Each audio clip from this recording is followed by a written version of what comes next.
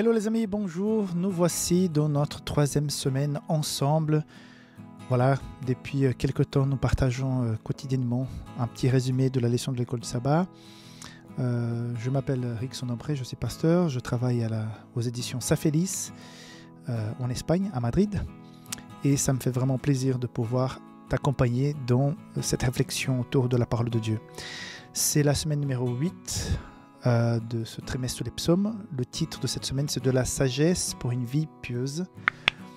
J'ai grand plaisir de partager ce moment dans la préparation, pendant l'enregistrement, dans le partage plus tard des contenus.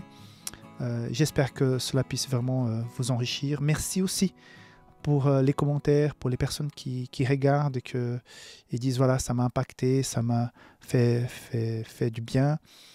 Et surtout, à ceux qui partagent, qui en voient plus loin, à des gens qui peut-être auront besoin de l'entendre.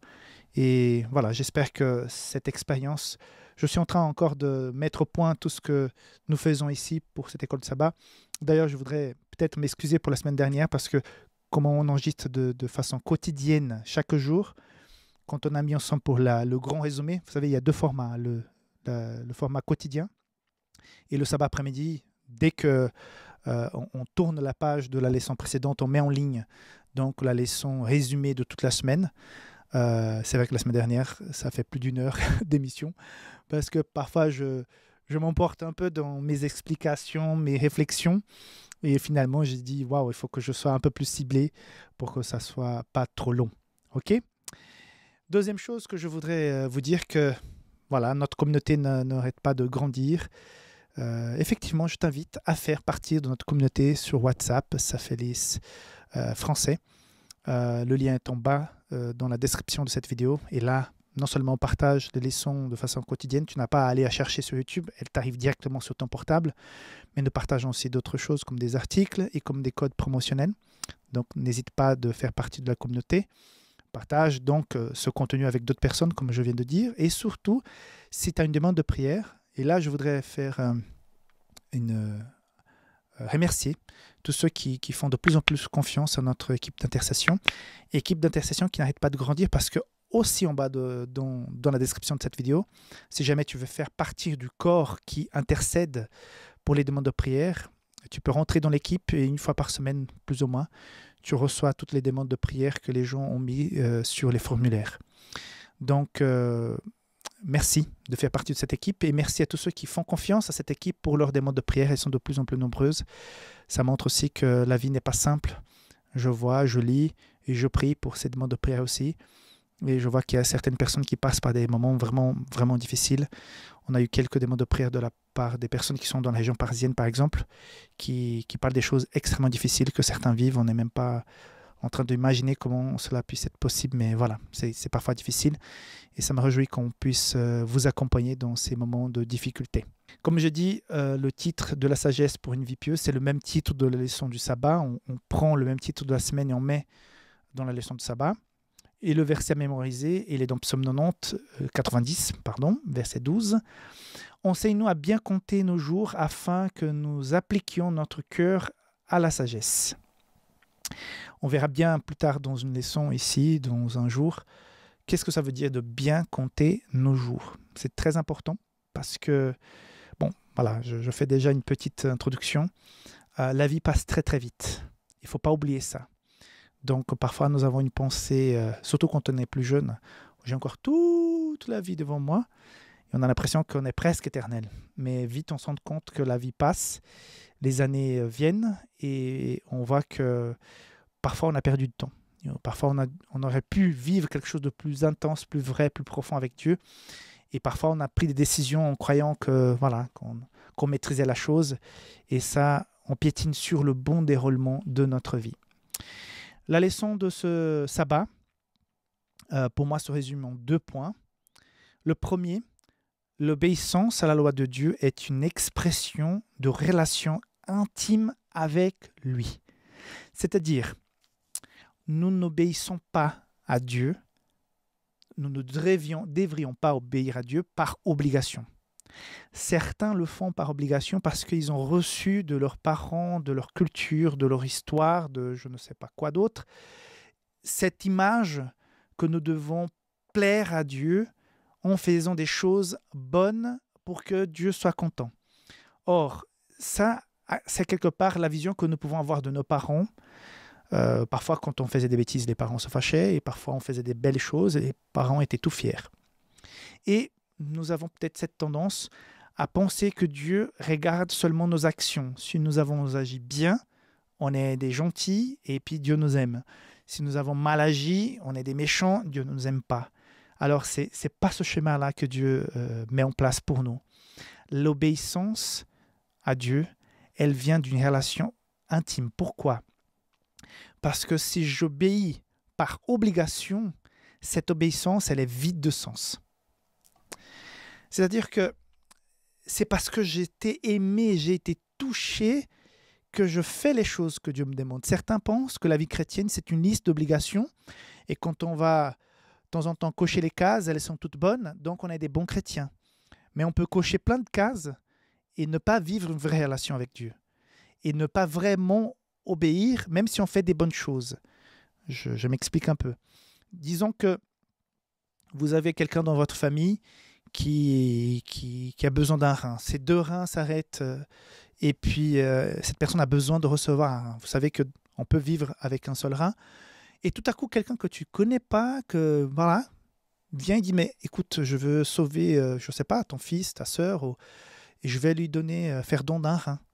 Donc, transplantation. Et là, quelle sera ta relation avec cette personne qui a sauvé la vie de ce proche ?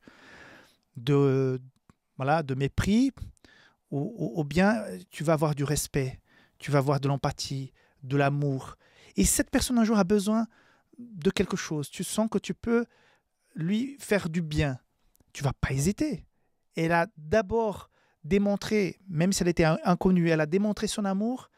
Et ça nous a tellement touchés que si un jour elle a besoin de quelque chose, on va vite essayer de lui, à quelque part, de lui faire du bien.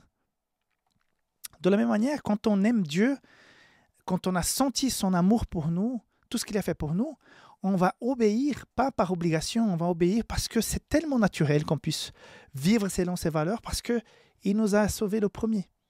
Donc, l'obéissance, la vraie, elle est basée sur l'amour. Si tu suis Dieu, si tu vas à l'église, si tu ne commets pas certaines choses par peur, par crainte, par obligation, il y a un moment donné que ça va pas tourner rond. Ça va bloquer à quelque part. Peut-être les gens ne se rendront pas compte, mais dans ta tête, il y aura un vide, un manque de sens. Tu seras même peut-être un ancien de l'église, mais dans la tête, c'est un peu bloqué parce que tu vois Dieu d'une façon erronée. Tu vois Dieu comme un homme, au lieu de le voir comme ton Père qui t'aime, mais d'une puissance invraisemblable. Okay ? Deuxième point, les justes peuvent être tentés par le péché. Ces épreuves révèlent leur fidélité à Dieu. Donc, très important. En tant que chrétiens, nous pouvons et nous serons tentés. La tentation n'est pas le péché. Ne confondons pas les choses.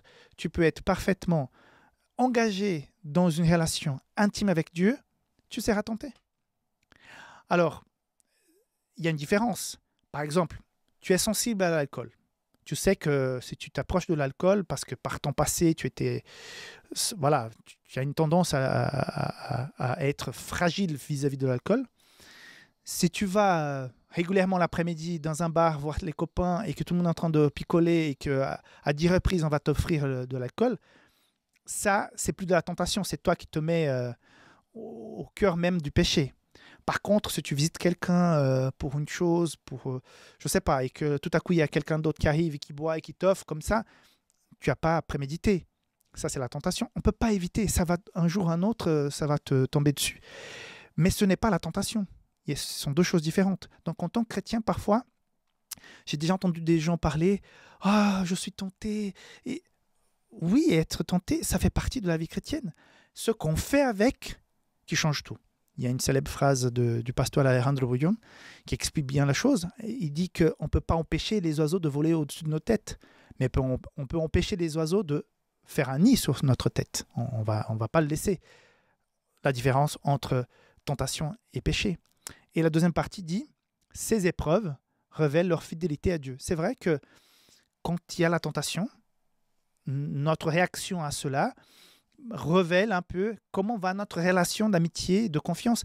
Si on vit ce que je dis tout à l'heure, c'est-à-dire si on a été tellement touché par l'amour de Dieu, cette tentation, je vais la balayer, je vais l'ignorer, parce que je suis tellement en symbiose, en connexion avec mon Dieu, que cette tentation, oui, elle va me toucher, parce que Satan va toujours essayer de te toucher là où tu es plus sensible, mais elle n'aura pas le même impact parce que tu es en communion avec Dieu. Par contre, si tu vis quelque chose de mécanique, quelque chose de traditionnel avec Dieu, quand il y a quelque chose qui te touche sur ton point faible, ça sera plus simple, plus facile, pas plus simple, plus facile de céder à la tentation. Après, il y a toute cette culpabilité qui s'installe et tout. On pourrait développer davantage tous les sentiments. Mais je voudrais quand même lire le psaume 141, verset 4, qui nous parle de ça. 141, verset 4, qui dit ceci.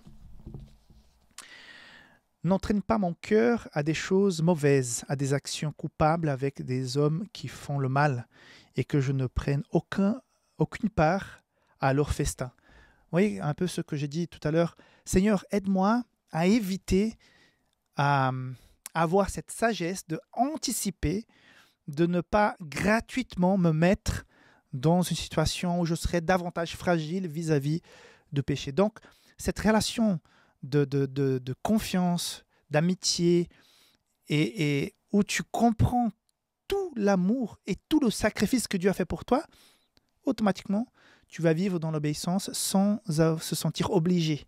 C'est tout à fait naturel. Ça fera partie de ton ADN de suivre et d'adorer Dieu.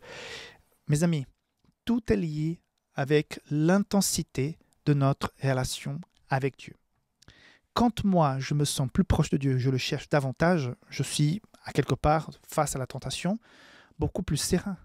Mais quand je suis en déconnexion, quand je suis éloigné de Dieu, c'est vrai que la tentation sera plus forte. Ça sera la même tentation, mais l'impact sera différent. Donc, voici la question clé aujourd'hui. Comment ça va ta relation avec Dieu? Comment va ces moments de qualité avec le Seigneur?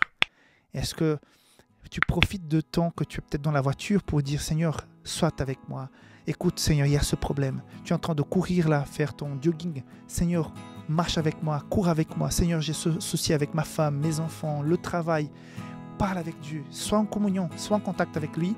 Et tu verras que face à la tentation, ça va être un peu plus serein, ce combat. Voilà. Que Dieu puisse te bénir, t'inspirer à marcher dans ses voies. Et on se voit demain pour la leçon de dimanche. D'ici là, que Dieu te garde. Bye bye.